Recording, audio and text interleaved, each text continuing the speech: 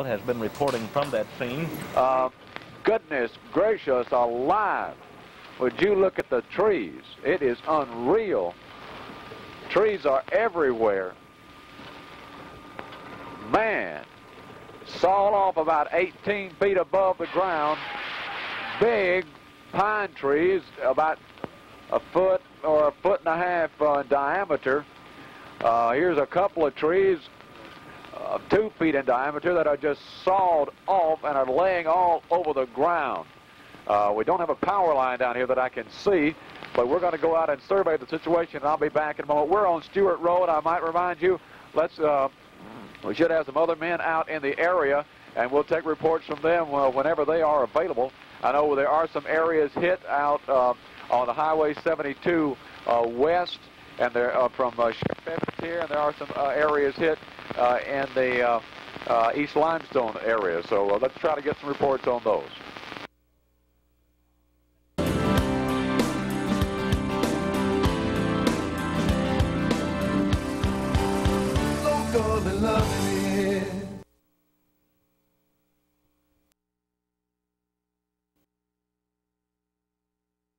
And back here on this Thursday morning special, joining us this morning, Spencer Black, of course, not with us. Unfortunately, died passed away a couple of years ago. With Stanley Menefee up here this morning, chairman of Limestone County Commission. Stanley, 40 years ago, what were you doing? That afternoon, we were trying to put a monitor back then. Just sort of planter unit would tell you if it was planting or not on the farm. We were trying to put that on, and the wind was so strong we couldn't get it to line with it blowing us around. It was real windy. Now your whole house was about destroyed 2 years ago. Was it 2 or 3 years ago? 3 years ago, tornado. It destroyed about everything but my house. It just boogered my house. It punched holes in the roof, and water damage is what mainly. It didn't break a glass out. You know, it's beat the house top off. What is it, Mike, you think that follows the same pattern the last, 11 and 12 through here? Same pattern as basically that one was. Really weird. And I'm sure they have some kind of scientific explanation for it, but I don't have any idea. But it's really weird to know that these tornadoes take the same track. Well, let's go back. How scared were you that night? Well, I think if you would listen closely to the tape, you would hear a voice that was shaking because you're sitting there running back and forth to the wire machine, pulling the announcements or the warnings off as quick as they could come across, and then trying to relay it. In the meantime, you're trying to keep them happy with Merle Haggard. So you were still playing music? So, well, I had to do something because we were running back and forth to the wire, pulling the latest warnings, and we didn't have anybody to bring them to us. We had to go get them ourselves. And they were the only ones to communicate with each other. There were no cell phones. It was all Did y'all have two-way communications, Bill? We had one way. One way. And the only way I could hear if I was in the field was by listening on the radio. That was it. You Mike couldn't talk back to you or Frank. Correct. Unless it was on the air. All right, Fred, back to you. How'd you steal an ambulance? That's a long story. I'll try to make it short. When we left Lawson the trailer park at the request and instruction of Sheriff Evans, we went to East Limestone, where the tornado had destroyed several houses, including Don Lauderdale's house. And Don was with us, and we just went by where his house was, and everything was gone. The big old oak trees in the front yard and everything else, and made our way back to the McVeigh's house.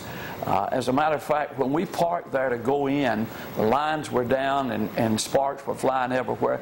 And there was a highway patrolman there on the side of 72, and he ordered us not to go in, but those were our friends there. And we were not under his jurisdiction, so we just went on in there and found Ms. Orr and Marilyn and the two kids and brought them out. And as we were leaving them, carrying them on pack saddles, Marilyn said, "Brother Fred, Virgil is here somewhere. Please don't leave him." And so Henry Hammonds and I and Jerry Douth and a couple of others started looking for him as the other guys carried the ladies and the children over to 72 to an ambulance, and we found him under under some debris and dug him out. And I remember Henry Hammond saying he's dead. But let me interrupt you one second, Fred. Bill, do you have any idea who shot this video? We pulled this from the internet from 1974. You didn't shoot any video back in those days, but no, we didn't have any video capabilities. I didn't think Mike might have run out there with a camera or something and taken a They had shot. their hands full. So the ambulance was nearby and y'all just grabbed it and took off? Well, at the instructions of the highway patrolman, when we got Virgil back to life after some mouth-to-mouth resuscitation, we carried him on a door over to the road, and there was an ambulance and the highway patrolman, but no ambulance driver. He used a few expletives and asked us to put him in there, and can anybody drive an ambulance? Well, I had worked part-time at a funeral home trying to get through college, and I'd driven an ambulance. And so he told me with specific instructions that I won't repeat because of the ladies, to get in there and don't stop until you get Huntsville Hospital. Well, on the way, the two-way radio came on announcing that an ambulance had been stolen. But I like to use the word commandeering. Yeah, commandeering. Is that okay? What's the story on Donnie Powers? I know Donnie passed away a couple years ago. Donnie was in a car that night, Bill. What was the story on Donnie? It flipped it or something with them in it? I think so. It's in the book. All that story is in the book. I've got a picture. There's the picture of them right there. They were in it. And it kind of flipped them. Mike, what else do you remember about that night? Well, I remember after the actual experience of the tornadoes coming through, the radio station, both FM and AM, became a community board, meaning, hey, please tell Jamie Cooper that I'm okay. Would you get, well, Jamie, if you're listening, Mom and I are okay. So, you know, the phone became a means for people to communicate and let others in the community know that they were okay. Well, Bill, is that what you would say? Tell me that kind of, because nowadays they all do that. Now in an event, DRM and all of them break in and take over. So you guys were the first ones to do that. Well, and you recorded the whole thing. Well, we just had a long history of that as in our family of taking care of the community and doing the things that needed to be done. Certainly you wanted to play the records and you wanted to play the commercials, but taking care of the community was always the first thing on my dad and granddad's mind. Did you get scared that night? You know, I really did when I jumped in that ditch, but I was scared because my brother Bob jumped on top of me and like to kill me. Now, Bob was reporting for the Decatur Daily? Bob was taking pictures for the Decatur Daily. And I remember after the second tornado went through, how hard the rain was. The rain was so hard, it was like it was hail.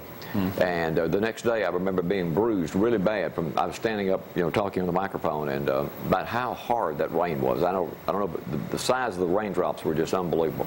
But Spencer, the former barber, was there saying he was dumb as grits, and yet he was doing his thing, right, Mike? That's right. Be Spencer. That's right. Stanley, how much you think much things have changed here as 40 years ago? Well, I think people are more alert about more communications of storms coming, and I remember I was there, I was standing in the back door of my dad's house. I could see the tail of that storm hanging down in the southwest, back over East Limestone School. And so I watched it a while. I told one of them, I said, "Well, don't worry about it. I don't think it'll hit us." So I waited a little while, and the storm kept getting bigger and bigger. And I said, "The only thing I know about a tornado is I've ever heard. That's the first one I'd ever seen." I said, "Yeah." I said, if it's sitting in the same place and getting bigger, it's coming right at you. And it missed us about 200 yards. Wow. Now, Mike, you were telling me the other day your son had a bad experience with the last one or the one before the last one? April 27th. He was in the line where the subdivision out East Limestone was destroyed.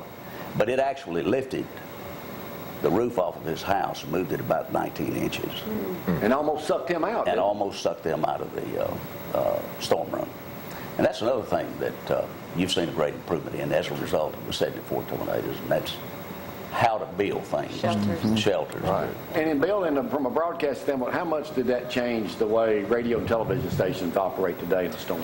Well, I think you certainly saw the main weather person in this area at the time was H.D. Bagley for Channel 19.